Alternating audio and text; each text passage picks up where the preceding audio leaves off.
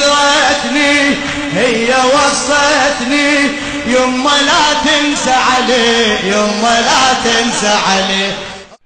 فأهل السنة والجماعة يقدرون الأئمة الأربعة ويعرفون قدرهم، لكنهم يحترمونهم الاحترام الذي يؤدي إلى زيادة حسناتهم. ما أنا لما أجي أنا أقول للناس إياكم وقول الشافعي في المسألة دي، الشافعي مثلا ينسب له مسألة إيه؟ جواز نكاح البنت من الزنا. يا خرابي يا خرابي. في مذهب الشافعي رضي الله عنه هو يرى أن ماء الزنا لا يحرم، ماء الزنا لا يحرم. لو واحد زنى بامرأة وحملت منه يقول لك ان هذا الماء غير محرم. يعني ايه غير محرم؟ يعني دي مش بنته. يعني ايه برضه؟ مش فاهم يا عم الشيخ. يعني هل يجوز له نكاحها؟ قال لك طيب جوزها عادي. دي بنته. قال لك مين اللي قال بنته؟ هي لا بنته لا شرعا ولا شيء، مش بنته، لن تنسب له اصلا.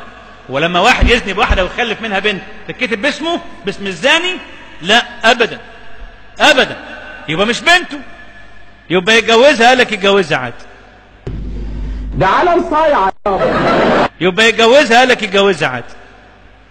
طبعا هذه زلة عظيمة، دي زلة في مذهب الإمام. لكن هتروح فين دي بقى في بحار حسناته؟ ولا حاجة. ايه يعني؟ كلمتين بس هو على طول يعني اخوكوا مزنوق وكلنا هنزنق الزنقه المنيله بنيله دي. اشمعنى دلوقتي طناشه؟